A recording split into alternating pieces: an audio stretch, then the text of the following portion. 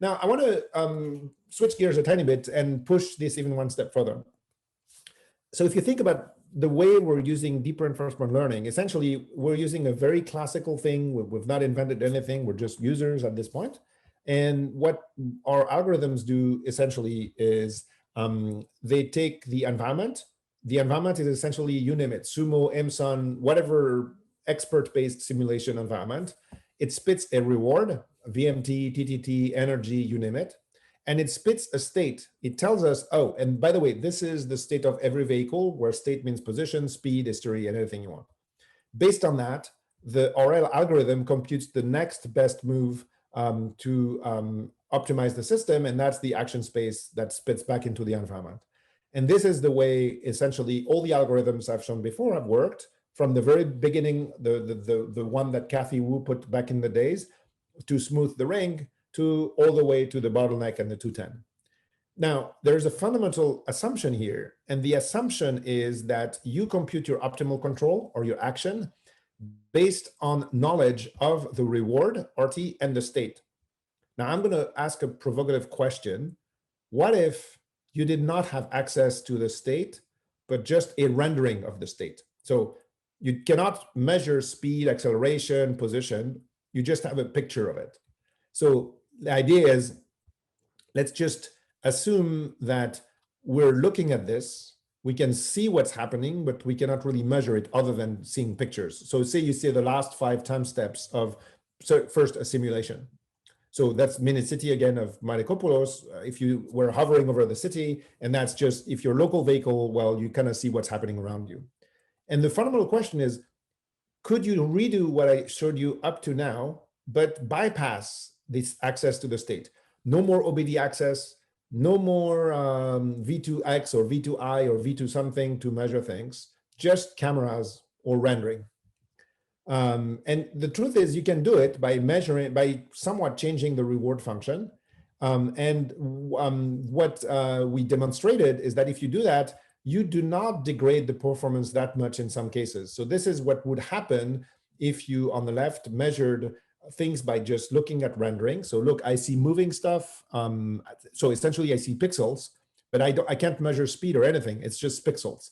And based on pixels, I try to do better at that reward function. So we showed that that already worked with the ring and with the 8-figure, and we have hope that it would work for other things as well.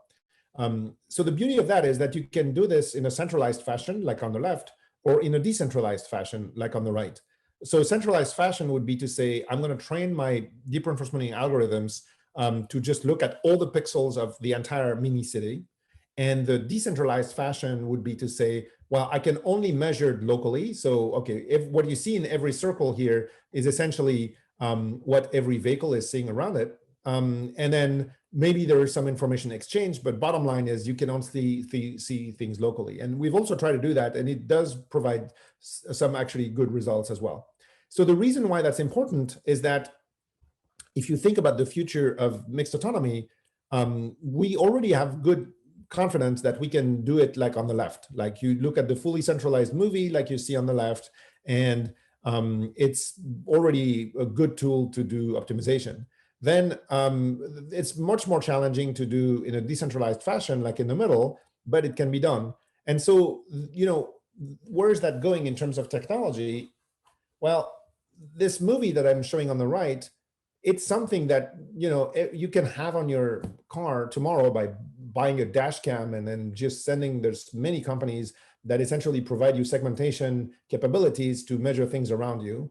And then if you take, of course, you know, high-end vehicles like the Teslas or others, you have like up to 6 cameras, front-facing, back-facing, side-facing. So in the next 10 years, every new vehicle that has some decent level of automation will have the capabilities to measure what I'm showing in the right movie, which I look at as a set of pixels, period. So in a sense, you could say that what's in the middle movie is just a reduced version of what's in the right movie. And 10 years from now, every car will have it. And so that's why I think there's a huge opportunity looking in the future into understanding the types of models that could be built that are neural net based, but not necessarily phenomenological model based. So in the last century, we've built the car following models, the intelligent driver model, the Bando model, the follower stopper model. There's like a huge library of models that somehow characterize specific characteristics of the human and the interaction of the human and its surrounding. But what if in the future, all you needed is to build neural net models from pixels of what you see and use this to control things? And that's one thing which personally excites me, because I do believe that it has the ability to bypass a lot of the model-based analysis we do, and maybe in some cases to even benefit from that analysis. And so it's kind of a, if you look at the history of the field, there's kind of this gruesome picture here, kind of found once on a blog. Essentially, Google kind of killed Pong several years ago with that approach. What you see on the left is a movie that I'm sure you've seen on YouTube many times. And what it does is essentially trains an algorithm to play Pong, but just by looking at the pixels. So when I was 6 years old, this was one of the most famous games that Atari had put forward. And if you are too young to know what this is, essentially you try to break the bricks by just moving your thing so the ball doesn't fall behind you. Now, this is what a 6 years old person thinks of what this is. But to a computer watching this, it's just pixels and a score. And essentially with Q-learning, Google was able to train the software to win at that game without even understanding what the notion of a ball is or breaking bricks, but by just looking at pixels and computing a reward based on the behavior of the agent and what it had recorded as the pixels. And what you'll see is that with that learning, it's actually doing quite well, because after some time, it becomes so smart that it's able to do what I used to do as a 6 years old boy. Essentially, you dig a hole, you get the ball to go behind and breaks all the bricks without you doing any work, which it did figure out. In my 6 years old boy approach, it was like, I'm breaking a wall and putting a ball behind it, like it's doing right now. You see it on the left. But to a computer, it's just, okay, it's something that gets really high reward. And so let's see, it's going to happen now. Yeah, see, it's doing it right now. So you could argue that, these simple things have been killed by pixel learning.